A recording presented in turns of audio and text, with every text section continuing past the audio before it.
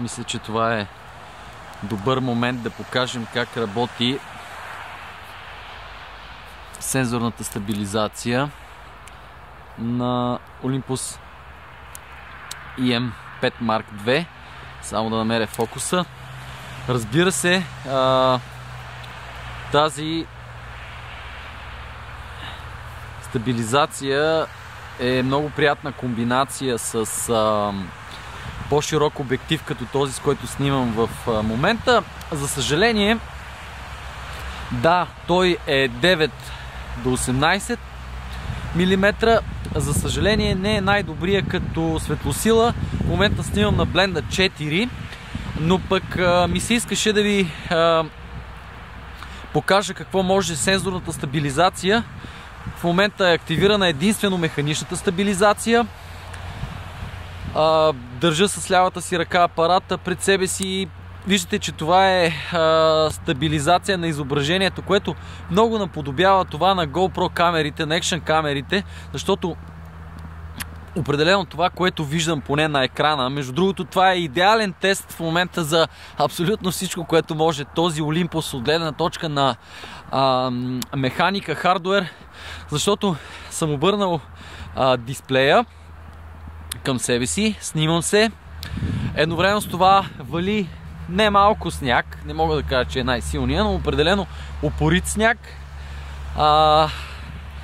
Така че безпроблемно си снимаме, защото той е защитен от към подобни метеорологични условия. Мисля, че има значение какъв е обектива. Всъщност апарата със сигурност е защитен. Не знам дали този сравнително бюджетен обектив предлага такава защита, но като цяло да кажем, че в момента тестваме как ще се справи. Също така стабилизацията, за която ви споменах, и отгоре на всичко, естествено, звука идва от вградения микрофон. Фокусът е ръчен, затова може би някои неща ще бягат от фокус. В момента снимаме на ISO 800. За съжаление, това не е камера, която бих нарекал подходяща за подобни условия. Вярно е, че това е само Blenda 4, но камерата е сравнително шумна, както ще спомена и ще напиша и в ревюто, но все пак това е сравнително малък сензор, микро 4 трети. Но за това малко повече старая се да бъда снизходителен към камерата, защото да, тя не е пригодена за тъмни условия. Работи сравнително шумно при по-сериозни нива на ISO, въпреки че има вградено шумопотискане софтуерно. Продължавам да ви бърборя тези неща, защото искам да тествате все пак, да видите как се справя самата стабилизация. В момента с дясна ръка държа апарата. Може би виждате снега, който навалява върху мен. Дисплеят ми помага много в това начинание в момента. Трябва да ви кажа, че в момента обектива прави ето така, тъй като доста сериозно го клатя. Не знам дали се усеща, ще видим когато видеото бъде свалено.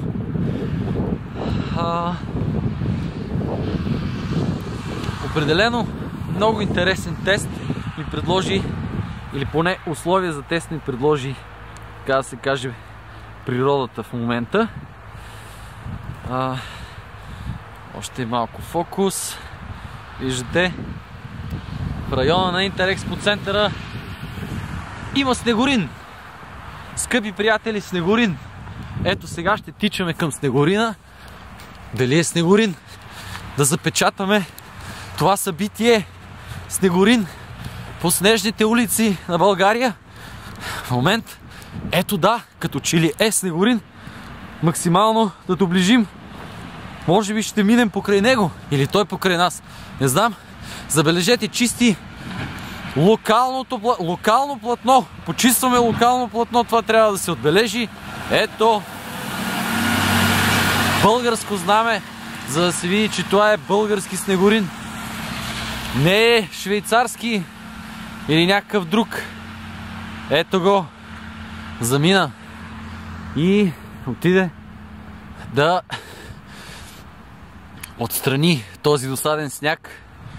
Всички, които не обичат снега да е по пътищата, могат да са спокойни.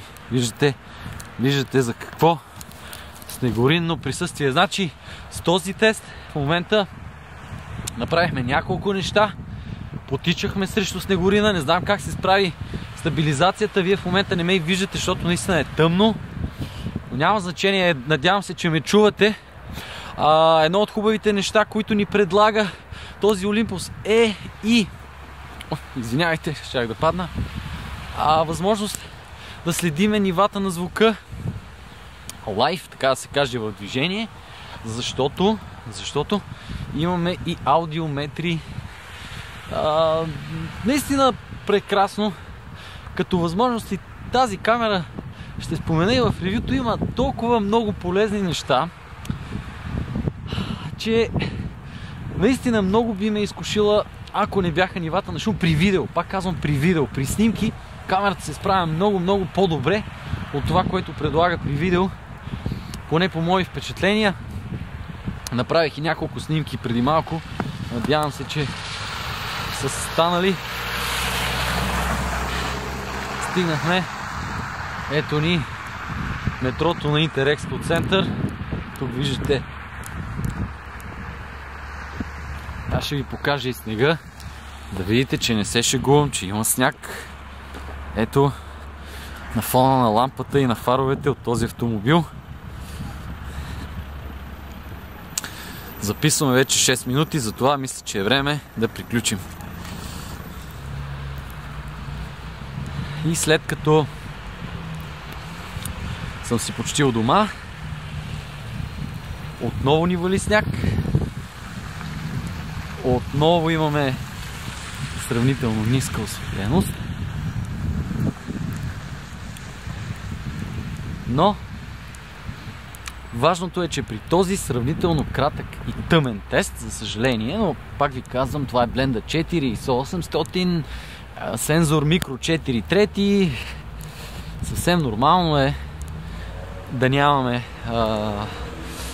голяма осветеност. Въпреки това, стабилизацията я тествахме, добре се справи, погонихме един снегорин, който е по-известен с прозвището Снегорина, българският снегорин. И ето още малко кадри. Определено се убеждавам, че EM5 Mark II с тази стабилизация и с приятния екран определено е чудесен за видеоблогъри, които искат по подобен начин да снимат нещо. Толкова е компактен, че спокойно може да си го приберете в някой джоб. Разбира се, с по-малък обектив.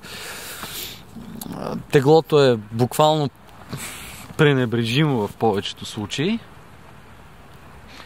Така че всичко отгоре е метален, защитен.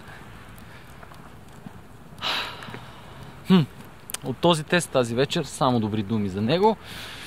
Със сигурност ще кажа и някои неща, които няма да го хвалят особено в ревюто и видеото си, но тях гледайте и четете на georgidobриков.com. Чао!